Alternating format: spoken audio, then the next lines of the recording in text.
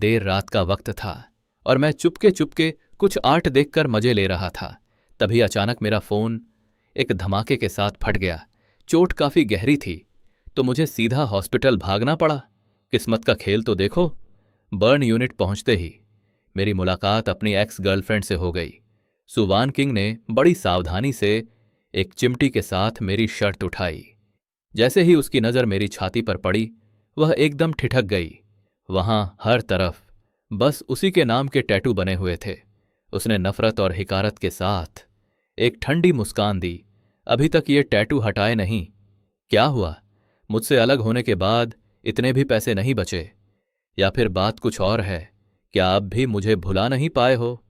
उसने light blue रंग का सर्जिकल मास्क पहना था जिससे उसका चेहरा ढका था, पर उसकी बादाम जैसी आंखों में मेरे लिए सिर्फ बेरुखी साफ झलक रही थी। 3 साल हो गए थे हमें मिले हुए और आज मिलते ही उसने मेरी शर्त उठा दी थी। मैं हड़बड़ा गया और खुद को बचाने के लिए थोड़ा पीछे मुड़ा। क्या मुझे कोई मेल डॉक्टर मिल सकता है? मैंने लड़खड़ाते हुए पूछा, पर अगले ही पल उसने मुझे वापस बेड पर धकेल दिया। सु वान किंग ने बड़ी कड़क आवाज में चेतावनी दी, बर्न यूनिट में आज रात सिर्फ मैं ही ड्यूटी पर हूं। या तो चुपचाप यहां लेटे रहो या फिर बाहर जाकर दर्द से मर जाओ। चॉइस तुम्हारी है। मेरे पास कोई और रास्ता नहीं था तो मैं चुपचाप बेड पर लेट गया। यह देखकर उसने फिर से ताना मारा, इतना नाटक किस लिए कर रहे हो? ऐसा तो है नहीं कि मैंने पहले कभी देखा नहीं है। बात करते करते उसने घाव साफ करने की अपनी रफ्तार थोड़ी तेज कर दी। दर्द के मारे मेरी चीख निकल गई और मैं कांपने लगा। मुझे शक होने लगा कि वह जानबूझकर बदला ले रही है, क्योंकि वह जानती थी कि मुझे दर्द से बहुत डर लगता है। तभी वह अचानक रुकी और वही सवाल फिर से दोहराया, मैं पूछ रही हूं ये टैटू अभी तक क्यों नहीं हटाए? मैंने एक लंबी और ठंडी सांस ली और डॉक्टर सू से कहा, सच तो ये है कि मेरे पास सच में पैसे नहीं हैं, तो बस दवा लिख दीजिए और मुझे जाने दीजिए। वह फिर से हंसी, तुम बाहर जाकर मरो या जियो मुझे फर्क नहीं पड़ता, लेकिन जब तक तुम मेरे पेशेंट हो तुम्हारी जिम्मेदारी मेरी है। पता नहीं उस दवा का असर था या उसकी मुस्कान का जादू, लेकिन सीने की जलन अब थोड़ी कम होने लगी थी। मैंने हल्का सा मुस्कुराते हुए मजाक में कहा, सु वान किंग, ये जिम्मेदारी की बातें क्यों? कहीं ऐसा तो नहीं कि तुम मुझे अब तक नहीं भूली हो? होना भी यही चाहिए। आखिर तुम तो मुझसे शादी करने के लिए कितनी पागल थीं। इतना बोलते ही मेरी बोलती बंद हो गई। सु वान किंग ने दस्ताने उतारे और उसकी उंगली में सोने की अंगूठी चमक रही थी। मैंने तुरंत अपनी टोन बदली, अरे तुमने पहले क्यों नहीं बताया? तुम्हारी तो शादी हो चुकी है। उसने मेरी तरफ एक नज़र डाली और बस एक छोटा सा हूं कहा। उसने सच में मान लिया कि वह शादीशुदा है। मेरे दिल में जैसे एक अजीब सी कड़वाहट और चुभन महसूस हुई। मैंने अपनी कांपती आवाज पर काबू पाया और झूठी मुस्कान के साथ कहा, बधाई हो। वैसे तुम्हारा पति कैसा है? उसने बस इतना कहा, वो तुमसे तो 100 गुना बेहतर ही है। यह सुनते ही मेरा दिल जोर से धड़का। सही कहा उसने। इस दुनिया में शायद हर इंसान मेरे मुकाबले उसके लिए बेहतर ही होता। हमारी 6 साल पुरानी मोहब्बत थी, कॉलेज से लेकर जॉब तक। लेकिन जिस दिन उसने मुझे प्रपोज किया मैंने उसे घिनौना कह दिया था। मैंने चिल्लाकर कहा था कि मैं शादी करने के बजाय मरना पसंद करूंगा। आज भी उसकी आंखों की वो बेबसी मुझे एक सुई की तरह चुभती है। उस रात मैंने न केवल घर छोड़ा बल्कि हमारे हर तोहफे को तोड़ दिया था। उसने एक दिन रोकने की कोशिश की, पर मैंने चाकू से अपनी कलाई काट ली। मैंने धमकी दी थी कि अगर वो मेरे पीछे आई तो मैं मर जाऊंगा। तब से लेकर आज तक हमने कभी बात नहीं की थी। दर्द की वजह से मेरी आंख लग गई, पर जब सुबह आंख खुली तो सु वान किंग मेरे ठीक सामने बैठी थी। उसकी आंखों के नीचे डार्क सर्कल्स थे और मैंने उसका हाथ कसकर पकड़ा था। मैंने झटके से हाथ छोड़ दिया और सॉरी कहा। सु वान किंग ने अपनी कलाई सहलाई और झुंझलाते हुए पूछा, लू जिनशु, तुम्हें ये नींद में चलने की आदत कब से हो गई? मेरा चेहरा पीला पड़ गया। मैंने घबराकर पूछा, क्या मैंने किसी को चोट पहुंचाई? उसकी नजरें थोड़ी गहरी हुईं, पर उसने कोई जवाब नहीं दिया। बगल में खड़ी नर्स ने मुस्कुराते हुए कहा, किसी को चोट नहीं लगी, बस आपने हमारी डॉक्टर साहिबा का हाथ इतनी जोर से पकड़ा हुआ था कि वो उसे छुड़ा ही नहीं पाईं। हम तो डर ही गए थे। मेरा चेहरा शर्म से लाल हो गया। नर्स ने आगे कहा, मिस्टर लू, अगर आपको ये नींद में चलने की बीमारी है तो आपको साइकियाट्रिक डिपार्टमेंट में चेकअप करा लेना चाहिए।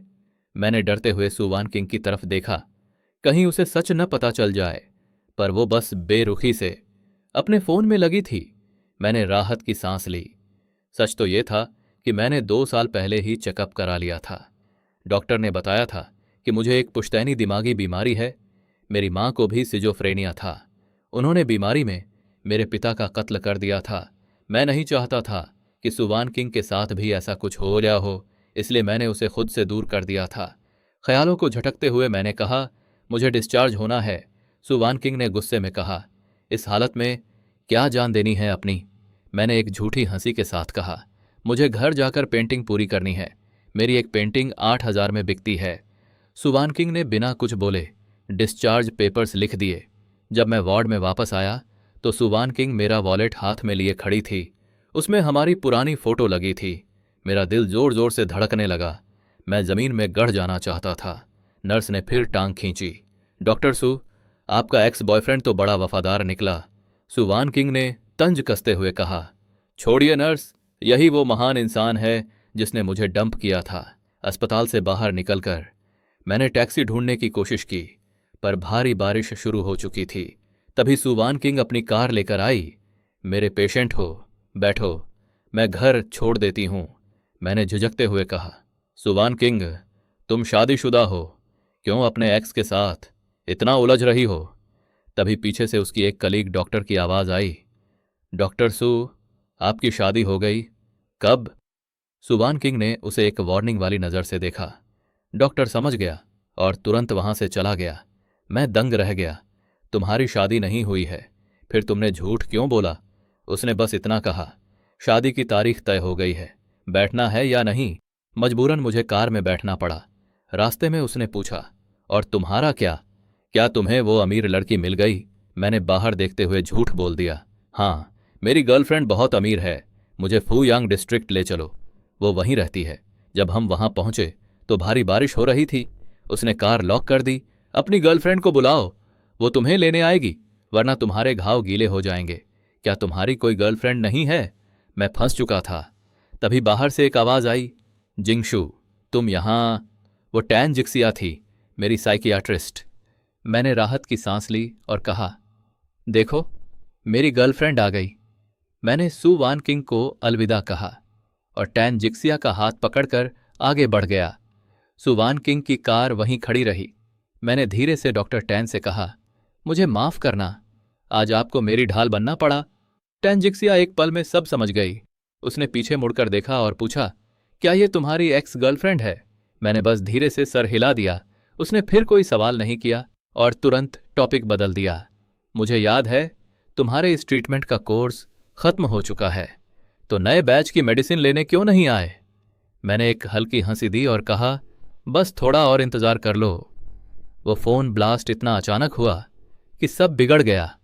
मकान मालिक को हर्जाना भरना पड़ा, नया फोन लेना है और ऊपर से मेरे मेडिकल खर्चे। सब पैसों का खेल है। अब तो खाने के लाले पड़े हैं, भला दवाई के लिए पैसे कहां से लाऊं? जब हम एक मोड़ पर मुड़े और मुझे यकीन हो गया कि अब सुवान किंग मुझे नहीं देख सकती, तब मैंने टैन जिक्सिया को गुड बाय कहा और वेस्ट गेट से निकल गया। मेरा घर फूयांग डिस्ट्रिक्ट से काफी दूर है, बस से पूरे 2 घंटे लगते हैं वापस पहुंचने में। घर पहुंचते ही मेरी नज़र बेड के पास उस काले निशान पर पड़ी जहां ब्लास्ट हुआ था। सच में मेरी आंखों के आगे अंधेरा छा गया। मैंने थोड़ी साफ सफाई की और सोफे पर बैठकर अपने पैसे देखने लगा।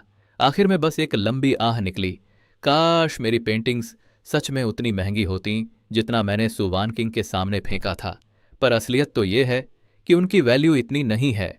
अब बस एक ही रास्ता था, अपनी पूरी बची हुई एनर्जी झोंक दूं और दिन रात एक करके नई पेंटिंग्स तैयार करूं। दोपहर में मैं अपनी थोड़ी बहुत सेविंग्स लेकर फोन स्टोर के लिए निकला। रास्ते में एक ब्राइडल शॉप के पास मेरे कदम ठिठक गए। इंसान हमेशा खूबसूरत चीज़ों की तरफ खिंचा चला जाता है। वहां लगी शानदार वेडिंग ड्रेसेस को देखकर मेरे मुंह से बस यही निकला, कितना सुंदर है। अगर मेरा और सुवान किंग का ब्रेकअप ना हुआ होता तो शायद आज वो यही ड्रेस पहनकर मुझसे शादी कर रही होती, खुश और खूबसूरत। मगर अफसोस, इस दुनिया में काश की कोई जगह नहीं होती। मैं ख्यालों में खोया हुआ था। मैं खुद को और सू वान किंग को शादी के कपड़ों में इमेजिन कर रहा था। पर जैसे ही मैंने कांच के पार देखा, मेरे चेहरे का रंग उड़ गया। मुझे लगा शायद मेरी बीमारी बढ़ गई है और मैं मतिभ्रम का शिकार हो रहा हूं, क्योंकि सू वान किंग सच में उस दुकान के अंदर थी। इस वक्त वो मुस्कुराते हुए अपने साथ खड़े एक आदमी के लिए जैकेट पकड़े वेडिंग ड्रेस चुन रही थी। मैं सुन्न होकर उसकी मुस्कुराहट देख रहा था। सू वान किंग झूठ नहीं बोल रही थी, वो सच में शादी कर रही थी। मैं वहां से निकलना ही चाहता था कि तभी वो आदमी मुड़ा। उसका चेहरा देखकर मेरे होश उड़ गए। ये गुआ जाकाई था, एक मशहूर एक्टर और मेरे हाई स्कूल का सबसे बड़ा डर। गुआ जाकाई, पागल, ये वही शब्द थे जो वो मेरी मां के लिए कहता था। जल्दी ही पूरा स्कूल मुझे छोटा पागल कहने लगा था। मेरी जिंदगी के वो 3 सबसे काले साल इसी की वजह से थे। मैं हैरान होकर उन्हें देख रहा था। पता नहीं मुझ पर क्या भूत सवार हुआ। मैं सीधा दुकान के अंदर घुस गया और उनके सामने जा खड़ा हुआ। सू वान किंग की आंखों में हैरानी थी। इससे पहले कि वो कुछ बोलती, गुआ जाकाई ने एक चमकती स्माइल दी। जेंटलमैन, क्या आप मेरे फैन हैं? पर मैं प्राइवेट शेड्यूल में फोटोज नहीं लेता। मैं दंग रह गया। उसे मैं याद तक नहीं था। मेरे लिए वो आज भी एक गहरा जख्म था और उसके लिए मैं एक अनजान चेहरा। सू ने तुरंत उसे प्रोटेक्ट किया। क्या चाहिए तुम्हें? उसका ये बर्ताव मुझे कांटे की तरह चुभा। मैंने अपना दर्द दबाया और पूछा, सू वान किंग, क्या तुम सच में इससे शादी करने वाली हो? सू ने थोड़ी देर खामोश रहकर कहा, इससे तुम्हें कोई मतलब नहीं होना चाहिए, राइट? गुआ जाकाई ने उसका हाथ थामा और मेरा मजाक उड़ाते हुए बोला, वांग, तो ये है तुम्हारा गनवार एक्स बॉयफ्रेंड? क्यों? अब पता चला कि वांग सू ग्रुप की वारिस है, तो वापस आना चाहते हो? मैं चकित रह गया। मुझे पता था वो अमीर है, पर वो इतनी बड़ी हस्ती होगी ये नहीं सोचा था। मेरा गला रुंध गया। मेरा वो मतलब नहीं था। तभी स्टोर एम्प्लॉय ने गुआ जाकाई को व्हाइट सूट ट्राई करने के लिए बुलाया। वो चला गया, पर मेरा दिल कड़वाहट से भर गया। मैंने सू से पूछा, तुम गुआ जाकाई को कैसे जानती हो? क्या तुम इसे अच्छे से जानती हो? इस पास्ट के बारे में पता है? सू मुस्कुराई। बिल्कुल। गुआ जाकाई हैंडसम है, दयालु है और चैरिटी के लिए जुनूनी है। ये तो पूरा इंटरनेट जानता है। पर लू जिनशू, तुम्हें सवाल करने का हक किसने दिया? उसकी बात सुनकर मेरा गुस्सा ठंडा पड़ गया। कोई यकीन नहीं करेगा कि इतना बड़ा एक्टर कभी बोली था। मैंने पीछे हटते हुए कहा, सॉरी, परेशान करने के लिए। नया फोन लेकर मैं तुरंत बाहर निकला। सिम डालते ही नर्सिंग होम से कई मिस्ड कॉल्स दिखे। धड़कते दिल के साथ मैंने कॉल किया। क्या मेरी दादी को कुछ हुआ? वहां से आवाज आई, मिस्टर लू, दादी फिर से घर जाने की जिद कर रही हैं और खाना नहीं खा रही। मेरे माता पिता के बाद दादी ही मेरा सहारा थी, पर उनकी बीमारी की वजह से उन्हें नर्सिंग होम भेजना पड़ा था। वहां पहुंचा तो दादी गार्डन में अकेली बैठी थी। मुझे देखते ही उनकी आंखें चमक उठीं।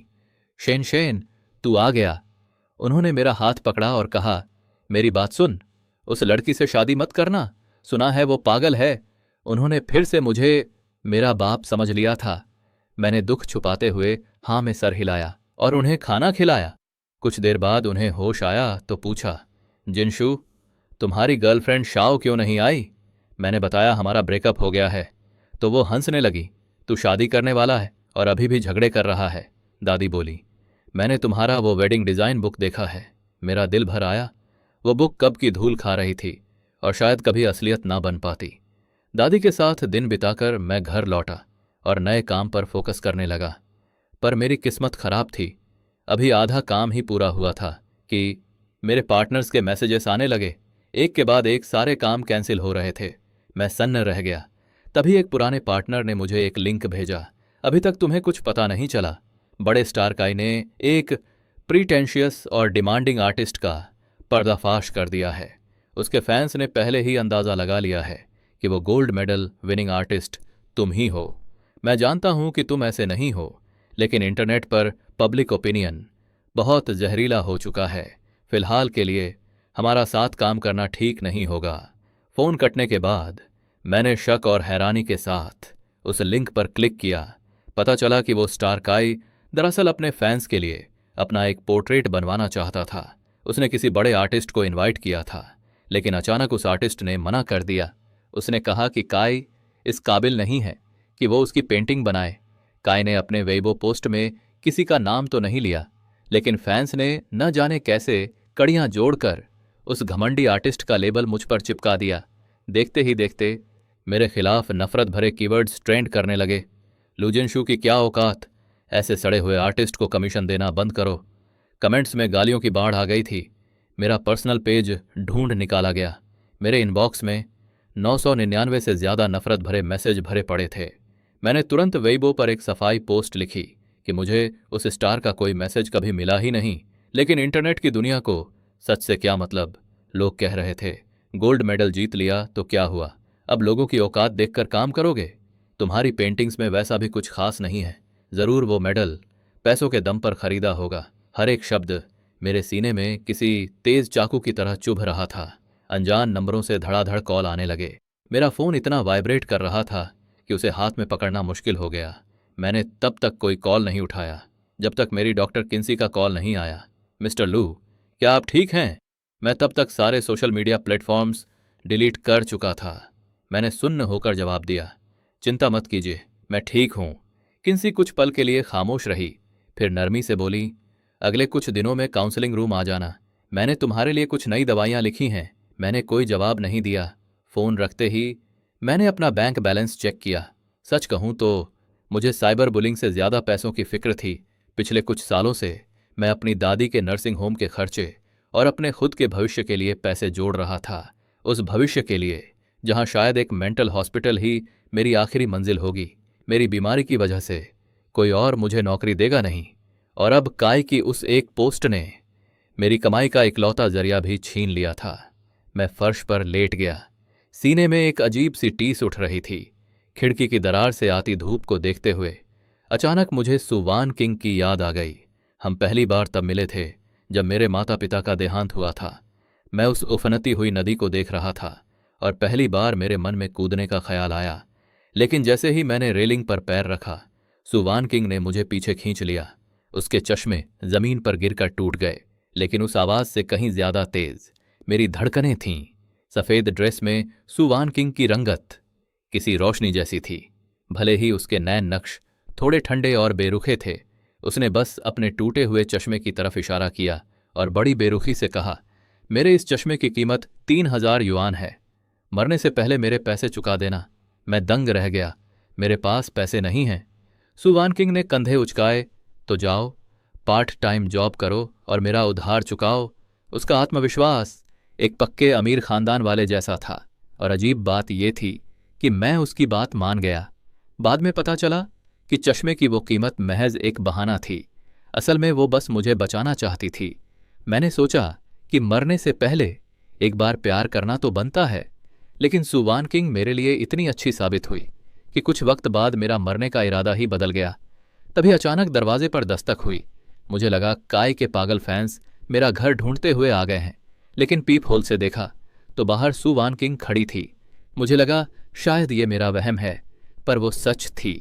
मैंने दरवाज़ा खोला और हैरानी से पूछा, तुम्हें यह जगह कैसे मिली? उसने कोई जवाब नहीं दिया और सीधे अंदर आ गई। मेरे उस खस्ताहाल कमरे को देखकर उसके चेहरे पर एक फीकी मुस्कान आई। तुम ऐसी जगह रहते हो? कहाँ गई तुम्हारी वो अमीर गर्लफ्रेंड? उसके लहजे में मजाक और कड़वाहट साफ थी। इस मोड़ पर झूठ बोलना और भी बेवकूफ़ी होती। मैंने हार मानते हुए कहा, हाँ, मैं झूठ बोल रहा था। मेरी कोई गर्लफ्रेंड नहीं है और न ही मेरे पास पैसे हैं। तुम्हें छोड़ने के बाद मेरी जिंदगी बिल्कुल भी अच्छी नहीं रही। अब खुश हो तुम। अगर मेरा तमाशा देखने आई हो तो देख लिया, अब जा सकती हो। मेरी बात सुनकर सुवान किंग एक पल के लिए ठिठक गई। उसकी आंखों में चमक बदल गई और उसके सख्त चेहरे के हाव भाव थोड़े नरम पड़े। उसने कहा, मैं आज काई की तरफ से माफी मांगने आई हूं। मैंने उससे वो पोस्ट डिलीट करने को कह दिया है और इंटरनेट पर जो भी माहौल बना है उसे दबा दिया जाएगा। तो वो अपने मंगेतर की तरफ से यहां आई थी। काई ने मुझे प्रताड़ित करवाया और अब वो चाहती थी कि मैं एक छोटे से वाक्य पर सब भूल जाऊं। मैंने उसे ठंडी नजरों से देखा। उसने अफवाहें फैलाईं जिसकी वजह से मुझे मानसिक तनाव झेलना पड़ा। मेरे पास उसे कानूनी तौर पर जवाबदेह ठहराने का पूरा हक है। सुवान किंग शांत खड़ी रही।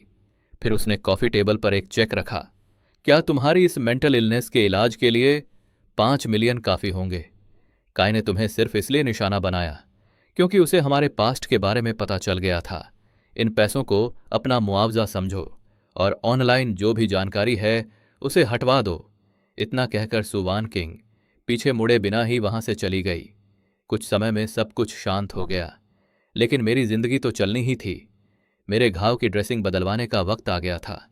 क्लिनिक में ड्रेसिंग करवाने के बाद जैसे ही मैं बाहर निकलने लगा, मेरा पैर किसी चीज पर पड़ा। नीचे देखा तो कुछ चमक रहा था। वो सू वान किंग की सगाई की अंगूठी थी।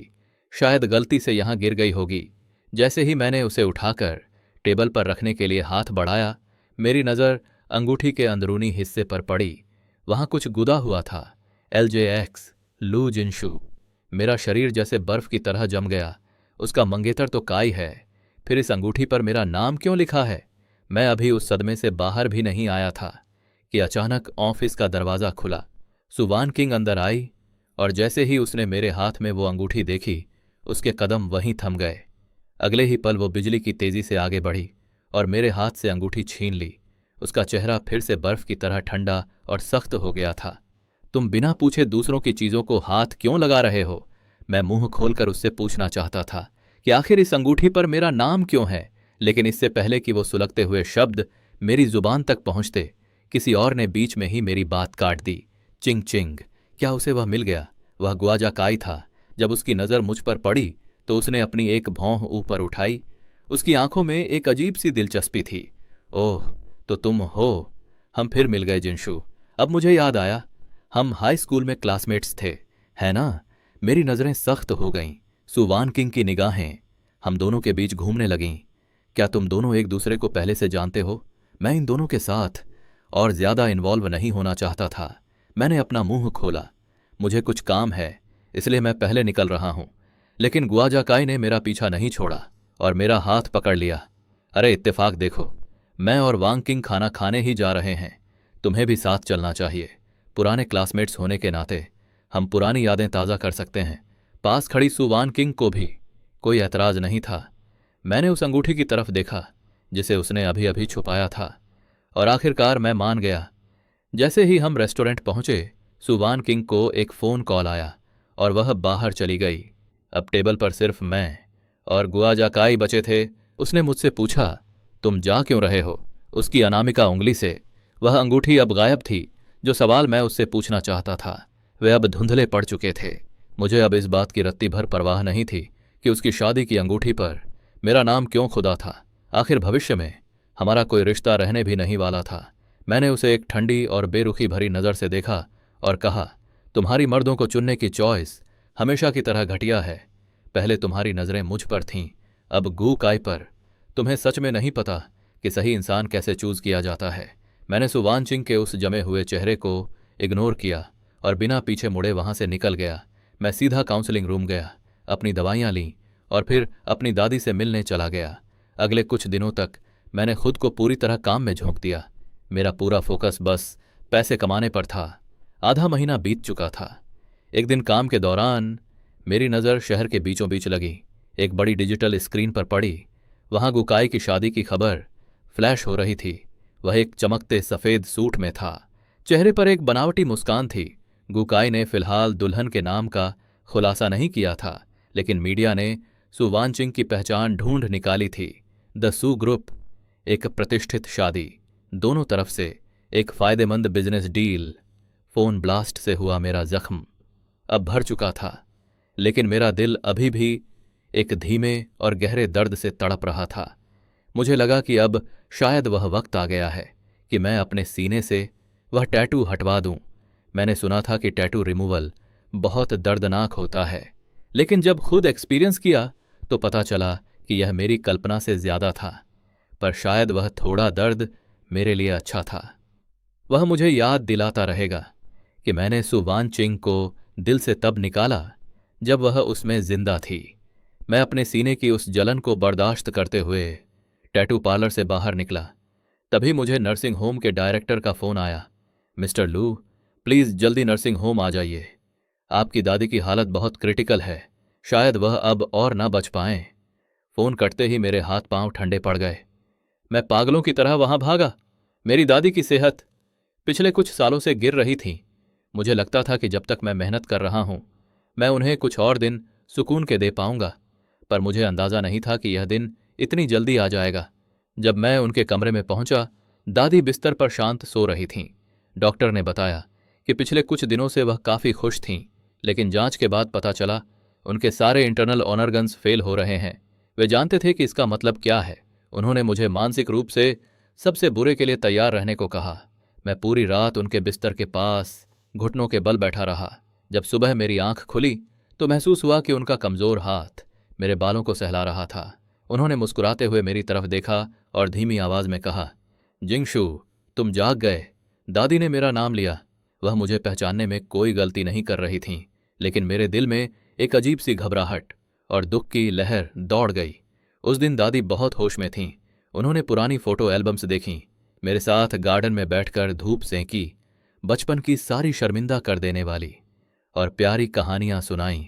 बचपन की तरह मैं उनके पैरों पर सिर रखकर शांति से सुनता रहा, जब तक कि शाम नहीं ढल गई। दादी ने एक गहरी आह भरी और बोली, जिंगशू, पिछले कुछ सालों में मैं तुझ पर सिर्फ एक बोझ बनकर रही हूं। मेरे आंसू एक एक करके गिरने लगे। मैंने अपने दांत भींचे। नहीं दादी, ऐसा नहीं है। आप ही तो मेरी जीने की वजह थीं।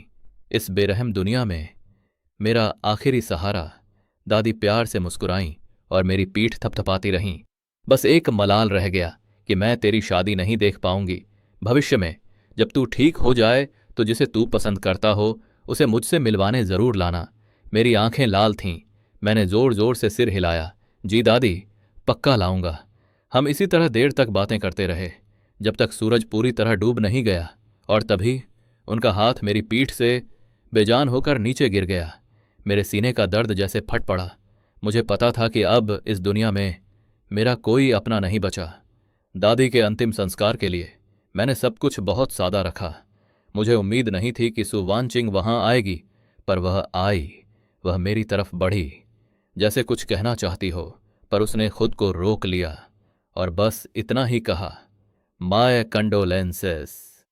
मैंने उसकी तरफ देखा और जैसे ही जवाब देने वाला था, मेरी नज़र उसके पीछे खड़े एक आदमी पर पड़ी। उसने हैट और सनग्लासेस पहने थे। वह गूकाई था। मेरा चेहरा तुरंत सख्त हो गया।